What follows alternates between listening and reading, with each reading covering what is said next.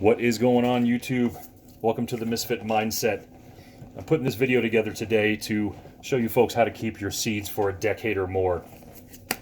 Now, I actually had some seeds from Nirvana. I purchased some seeds back in 2016 from Nirvana. Not these seeds, but I believe they were they are Aurora Indica, Northern Lights mixed with Afghan.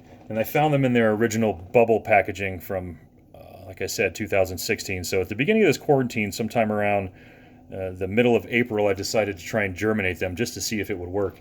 And lo and behold, they popped. So they're inside my 4x4x6 tent right now, doing very well and growing.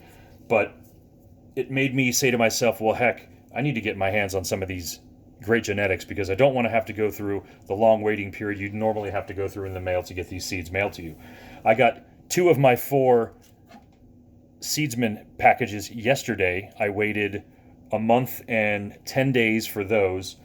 I should get my other 2 packages in the mail in the coming weeks, as well as a Nirvana seeds order that I've got coming as well that I think I should get sometime today, maybe tomorrow if I'm lucky.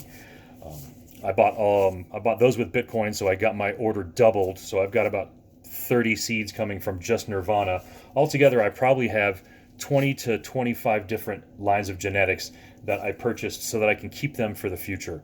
I don't have to go through this whole situation of ordering them again. I'm going to have them sitting right here, and I'll show you exactly how to keep these seeds fresh for about 10 years or more. So the things that you're going to need first off is packets of desiccant.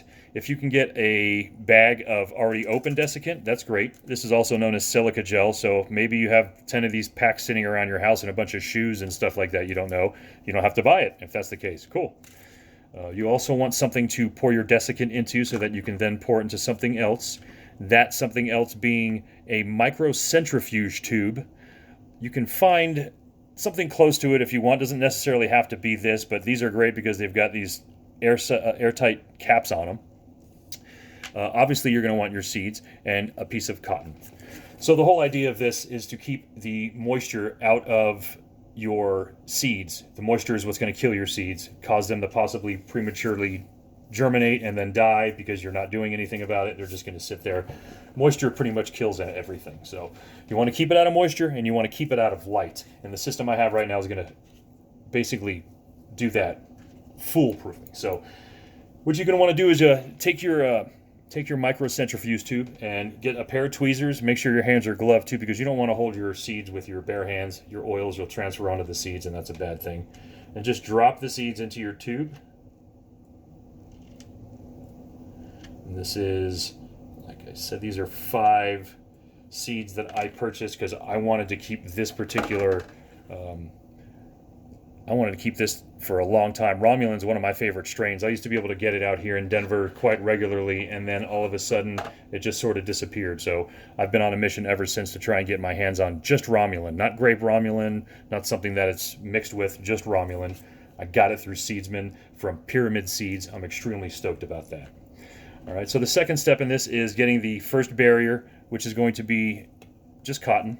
But what you're going to do is you're going to ball it up kind of tightly. You want it to be a ball, this obviously the size of the opening of your tube. So you take it and put it inside your tube like this, and you pack it down a little bit at a time. You don't want to press too hard because you don't want to crush your seeds up against themselves. So as you see right here, we've got a layer of seed, and I've got a layer of cotton. And then from there, we're going to take the desiccant that I already have poured into this little container. And I'm going to pour about, I don't know, 5, 6, 7 little tiny balls in there.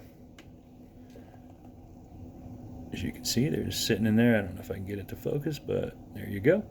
So then you close it. And from here, you're good to go. You've got your seeds, you've got your cotton, and you've got your desiccant, and you've got your airtight seal. So that is step 1. That's going to keep all the moisture out of your seeds. The next thing you're going to want to do is get yourself something to keep it in.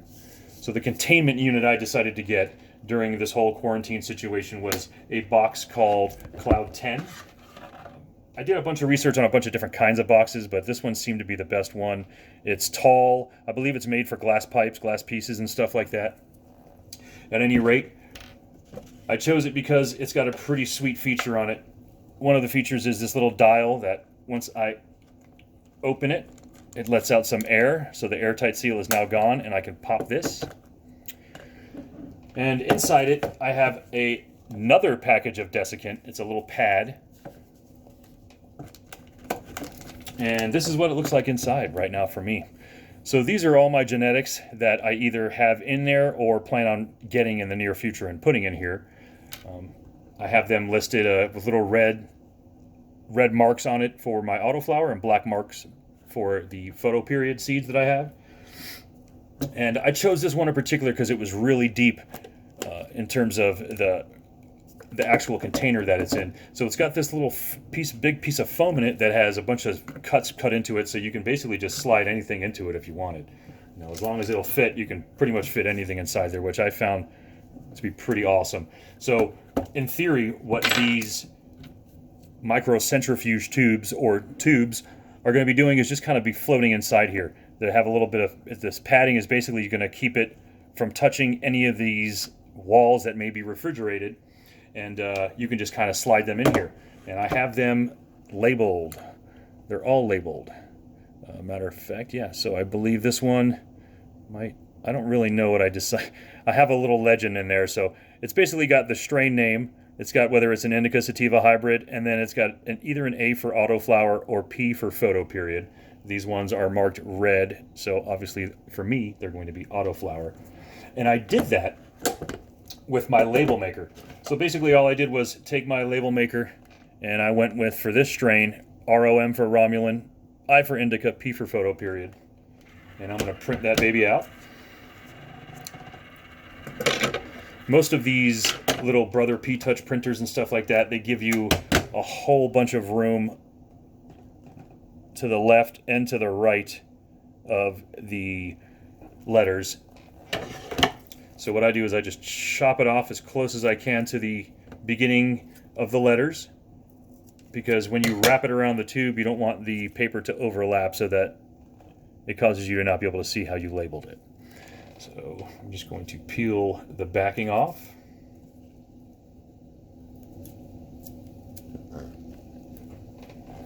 And take the tube, put it on as evenly as possible.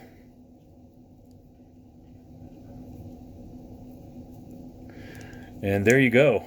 I've got my Romulan tube labeled, Romulan indica photoperiod. And from there, I can just take it and pop it right in there for future safekeeping. Again, it's not going to touch any of the sides. It's just going to be floating in that foam. It's going to be in an airtight box, and it's going to have desiccant on top of it. So we'll be good to go in that manner. The other thing I have in there are my two legends, and these are basically just the two descriptions on what my autoflower seeds are and what my photoperiod seeds are. Those are going to be in the box as well, so that when I pull the box out and pull my seeds out, I know how to reference what is what. You don't have to go as deep into it as I did. I'm just that kind of person. So I basically have all of my autoflower seeds, the breeder, what the strain is crossed with in order to make the strain, the indica, whether it's indica, sativa, hybrid.